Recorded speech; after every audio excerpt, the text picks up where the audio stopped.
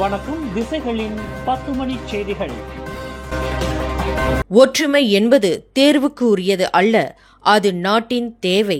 தேசிய ஒற்றுமை என்பது இனி ஒரு தேர்வுக்குரியது அல்ல, மாறாக நாட்டின் நீடித்த தொடர் வளர்ச்சியை உறுதி செய்வதற்கு அது முதன்மை தேவையாகும் என்று பிரதமர் டத்தோஸ்ரீ அன்வார் இப்ராஹிம் வலியுறுத்தியுள்ளார். ஒற்றுமை என்பது ஒரு நாட்டின் வளர்ச்சிக்கு அடித்தளம் என்றும் மலேசியாவின் முன்னேற்றத்திற்கு ஓர் உந்து சக்தியாகவும் இருக்க வேண்டும் என்று பிரதமர் குறிப்பிட்டார். மக்கள் ஒன்றுபட்டு ஒற்றுமையாக இருந்தால் மட்டுமே ஒரு வலிமை மிகுந்த நாடாக மலேசியா திகழ முடியும். தேசிய நிலைத்தன்மையும் தேசிய ஒற்றுமையும் அனைத்து முன்னேற்றத்திற்கும் அடிப்படை நிபந்தனைகளில் ஒன்றாகும்.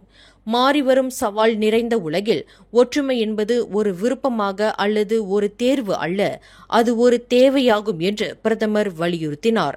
இன்று இஸ்தானா நகராவில் நடைபெற்ற மாமன்னர் சுல்தான் இப்ராஹிமின் அதிகாரப்பூர்வமான பிறந்தநாள் விழாவையொட்டி நடைபெற்ற உயரிய விருதுகள் வழங்கும் நிகழ்வில் பிரதமர் என்ற முறையில் ஆற்றிய உரையில் டத்தோஸ்ரீ அன்வார் இதனை வலியுறுத்தினார். கூட்டரசு பட்டங்கள் மற்றும் உயரிய விருதுகள் விலைக்கு வாங்கப்படுவதற்கோ அல்லது பரப்புரை செய்வதற்கோ வழங்கப்படுவதில்லை. மாறாக அரசாங்கத்திற்கும் நாட்டிற்கும் உண்மையிலேயே சேவையாற்றிய தகுதி வாய்ந்தவர்களுக்கே அத்தகைய உயரிய விருதுகள் வழங்கப்படுகின்றன என்று மாமன்னர் சுல்தான் இப்ராஹிம் தெளிவுபடுத்தினார். பட்டங்களும் விருதுகளும் வழங்கப்படுவதில் சில நிபந்தனைகளை அரசாங்கம் கோடிட்டு பரிந்துரை செய்தாலும் சம்பந்தப்பட்ட நபரின் தகுதி மற்றும் சேவையை மாமன்னர் என்ற முறையில் தாம் மறு மதிப்பீடு செய்வதாக சுல்தான் இப்ராஹிம் தெரிவித்தார். டத்தோ மற்றும் தான்ஸ்ரீ போன்ற உயரிய விருதுகளை வழங்குமாறு தம்மை நிர்பந்திக்க முயற்சித்த பணக்கார நபர்களை மாமன்னர் சாடினார். அத்தகைய உயரிய விருதுகள் விற்பனைக்கு இல்லை. அதற்கு பதிலாக பணக்காரர்கள் தங்கள் பணத்தை ஏழைகளுக்கு உதவ பயன்படுத்த வேண்டும் என்று மாமன்னர் வலியுறுத்தினார். எனினும் தம்மை பொறுத்தவரை நீண்ட காலமாக அரசாங்கத்திற்கும் நாட்டிற்கும் சேவையாற்றி பெரும் பங்களிப்பை வழங்கி பெருமை சேர்த்த தனிநபர்களுக்கு மட்டுமே இத்தகைய உயரிய விருதுகள் வழங்கப்பட வேண்டும் என்று மாமன்னர் வலியுறுத்தினார். இன்று தமது பிறந்தநாளையொட்டி இஸ்தானா நகராவில் நடைபெற்ற விருதளிப்பு நிகழ்வில் உரையாற்றுகையில் சுல்தான் இதனை தெரிவித்தார். மலாயான் ரயில்வே பிரஹாட்டான KTMB கிள்ளான் பள்ளத்தாக்கில் நாளை ஜூன் 3ஆம் தேதி செவ்வாய்க்கிழமை தொடங்கி 4ஆம் தேதி புதன்கிழமை வரை கம்யூட்டர் ரயில் சேவைக்கு அனைத்து டிக்கெட் வகைகளிலும் பயணிகளுக்கு பாதி கட்டணத்தை விதிக்கிறது. கம்யூட்டர் ரயில் சேவையின் சமிஞை அமைப்பு முறையின் தரத்தை உயர்த்தும் பணிகள் தற்போது நடைபெற்று வருகின்றன. இதனால் ரயில் சேவைகளில் தாமதங்கள் ஏற்பட்டு வருகின்றன. ரயில் தாமதங்களுக்கு பயணிகளிடம் KTMB மன்னிப்பு கேட்டுக்கொள்ளும் வகையில் நாளை தொடங்கி 2 தினங்களுக்கு 50 விழுக்காடு சலுகை கட்டணத்தை வழங்குவதாக இன்று வெளியிட்டுள்ள ஓர் அறிக்கையில் தெரிவித்துள்ளது. காலியாகியுள்ள 2 அமைச்சர்கள் பதவி உடனடியாக நிரப்பப்பட வேண்டும் என்று கராகன் கட்சி இன்று வலியுறுத்தியுள்ளது.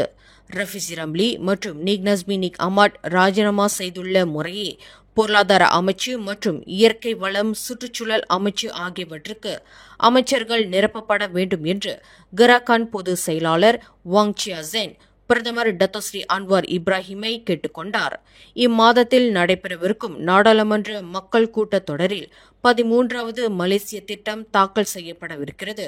அதற்கு முன்னதாகவே காலியாக உள்ள 2 அமைச்சர்கள் பதவி நிரப்பப்பட வேண்டும் என்று வாங் சியாசென் வலியுறுத்தியுள்ளார்.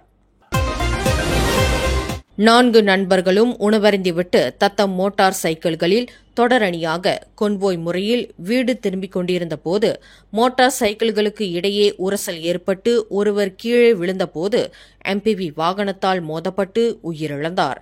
இச்சம்பவம் ஜோஹர் லீபிஸில் லிங்காரான் தெங்கா உத்தாமா எனும் LTU சாலையின் 55வது கிலோமீட்டரில் இன்று அதிகாலை 12:10 மணியளவில் நிகழ்ந்தது. இதில் லீபீஸ் ஃபெல்டா செங்கார் பெர்னாவைச் சேர்ந்த 31 வயது அமீருல் அசிக் அஸ்மி என்பவர் உயிரிழந்தார். 23 வயது MPV வாகனம் ஓட்டி கேமரன் மலையிலிருந்து குவாந்தானுக்கு திரும்பிக் கொண்டிருந்த போது இந்த விபத்து நிகழ்ந்ததாக லீபீஸ் மாவட்ட போலீஸ் தலைவர் இஸ்மாயில் மான் தெரிவித்தார். உள்ளூர் சந்தையில் திரவ மின் சிகரெட் விற்பனைக்கு அனுமதி அளிக்கப்பட்ட போதிலும் அவ்வகை சிகரெட் இறக்குமதி, உற்பத்தி, தயாரிப்பு, நுகர்வு மற்றும் விநியோகிப்பு நடவடிக்கைகள் பொது சுகாதார கட்டுப்பாட்டு சட்டத்தின் கீழ் இன்னமும் கட்டுப்பாட்டில் இருப்பதாக சுகாதார அமைச்சு அறிவித்துள்ளது. மின் சிகரெட் சட்டவிதி 852 பிரிவு 2 கீழ் புகைப்பிடிக்கும் ஒன்றாகவே சுகாதார அமைச்சு வகைப்படுத்தியுள்ளது. நிக்கோட்டின், புரோபிலின் கிளைகால், கிளிசரில் மற்றும் திரைத்திலின் கிளைகால் போன்ற பிற திரவ சேர்க்கைகளை மின் சிகரெட் உள்ளடக்கியுள்ளது. எனவே அவ்வகை சிகரெட் கடும் கட்டுப்பாடுகளுக்கு இடையில் விற்பனை செய்ய அனுமதிக்கப்படுவதாக சுகாதார அமைச்சு தெளிவுபடுத்தியுள்ளது. தேசிய தோட்ட தொழிலாளர் சங்கத்தின் ஸ்லாங்கூர் மாநில கிளையின் 20வது 3 ஆண்டுகளுக்கு ஒருமுறை நடைபெறும் பிரதிநிதிகள் மாநாடு நேற்று ஜூன் 1 ஞாயிற்றுக்கிழமை காலையில் கில்லான் கோல்ட் ஹோட்டலில் சிறப்பாக நடைபெற்றது.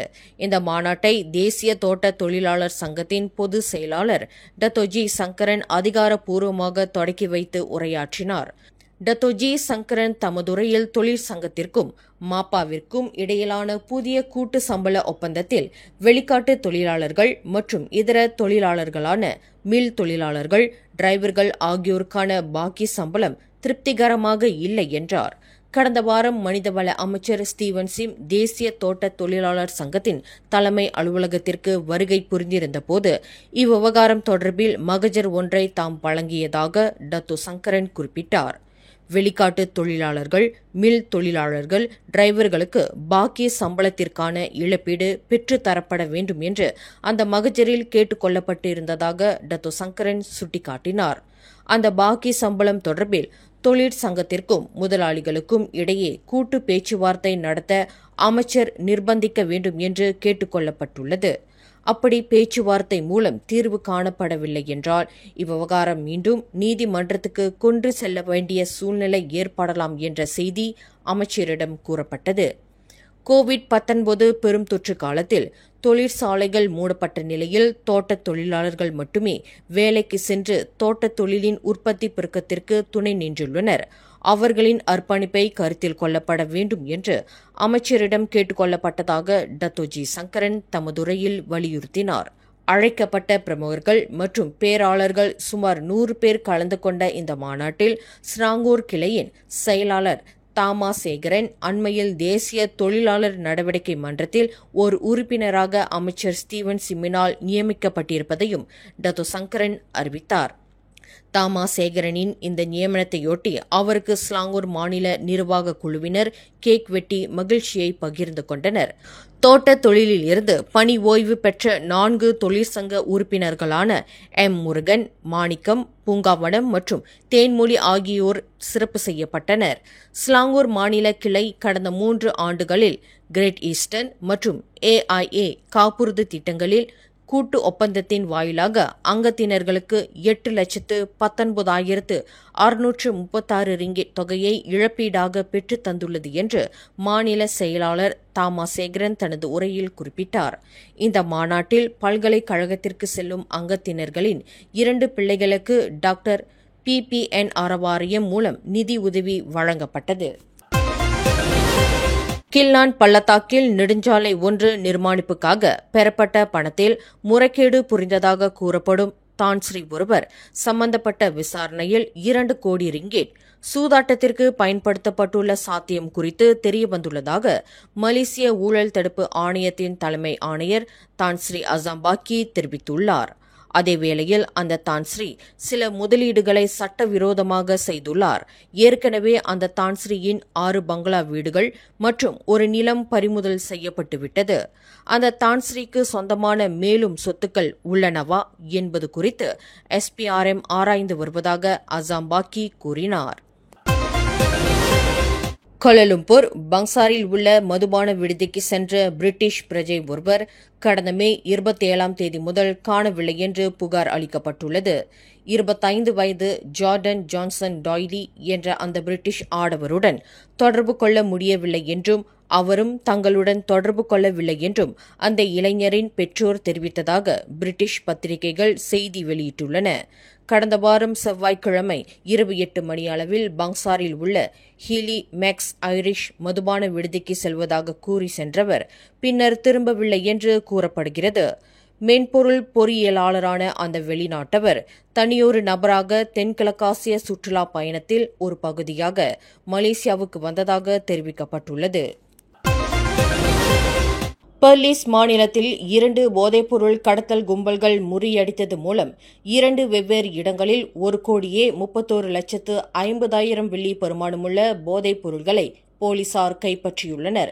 நேற்று ஞாயிற்றுக்கிழமை நடத்தப்பட்ட இந்த இரு சோதனைகளிலும் மொத்தம் 365 எடை கொண்ட ஷாபு வகை போதைப் பொருள்கள் கைப்பற்றப்பட்டுள்ளதாக பெர்லிஸ் மாநில போலீஸ் தலைவர் டத்தோ முகமது அப்துல் ஹலீம் தெரிவித்தார்.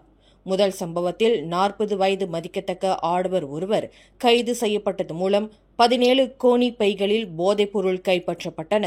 மற்றொரு சோதனை நடவடிக்கையில் தாய்லாந்து பிரஜையான 30 வயது ஆடவர் கைது செய்யப்பட்டதாக இன்று நடைபெற்ற செய்தியாளர்கள் கூட்டத்தில் அவர் குறிப்பிட்டார்.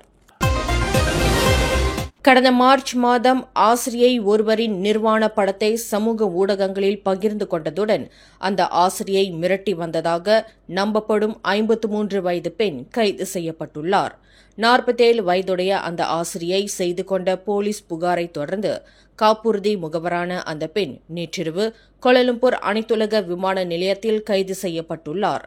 மலாக்கா கிளேபாங்கைச் சேர்ந்த அந்த ஆசிரியையின் தந்தை ஒரு கடிதத்தை பெற்றுள்ளார். அந்த கடிதத்தில் புகைப்படம் ஒன்று வைக்கப்பட்டு இருந்ததாகவும் அதில் தனது மகள் மற்றும் மருமகனின் நிர்வாண கோல புகைப்படம் இருந்ததாகவும் தெரிவிக்கப்பட்டது. கடந்த மார்ச் 27ஆம் தேதி முதல் அந்த ஆசிரியைக்கு அந்த பெண் பல்வேறு இடையூறுகள் கொடுத்து வந்ததாக நம்பப்படுகிறது. 4 பிள்ளைகளுக்கு தாயான அந்த மாது இன்று காலையில் மலாக்கா மாஜிஸ்ட்ரேட் நீதிமன்றத்தில் நிறுத்தப்பட்டு 2 நாள் தடுப்பு காவல் அனுமதியை போலீசார் பெற்றனர். கடந்த சனிக்கிழமை மலாக்காவில் 9 வயது சிறுமியை மானபங்கம் செய்ததாக 21 வயது இளைஞர் கைது செய்யப்பட்டார். தனது நண்பரின் தங்கையான அந்த சிறுமியை ஆடை களைய செய்து ஆபாச சேட்டை புரிந்ததாக அந்த ஆடவருக்கு எதிராக புகார் அளிக்கப்பட்டுள்ளது. மலாக்கா அயர்குரவில் உள்ள ஓர் அடுக்குமாடி வீட்டில் நிகழ்ந்ததாக கூறப்படும் இந்த சம்பவம் குறித்து 40 வயது மதிக்கத்தக்க தனது தாயாரிடம் அந்த சிறுமி கூறியதைத் தொடர்ந்து அந்த ஆடவரின் வக்கீர செயல் தெரியவந்துள்ளது. இன்று ஆயர்குரோ மாஜிஸ்ட்ரேட் நீதிமன்றத்தில் நிறுத்தப்பட்ட அந்த ஆடவரை விசாரணைக்கு ஏதுவாக 7 நாள் தடுப்பு காவலில் வைப்பதற்கு நீதிமன்றம் அனுமதியளித்தது. மேலும் செய்திகளை தெரிந்து கொள்ள கீழே இருக்கும் பெல் பட்டனை அழுத்துங்கள். உங்கள் மகிழ்ச்சியை வெளிப்படுத்த லைக் மற்றும் ஷேர் செய்யுங்கள். தொடர்ந்து திசைகளோடு இணைந்திருக்க சப்ஸ்கிரைப் செய்யுங்கள்.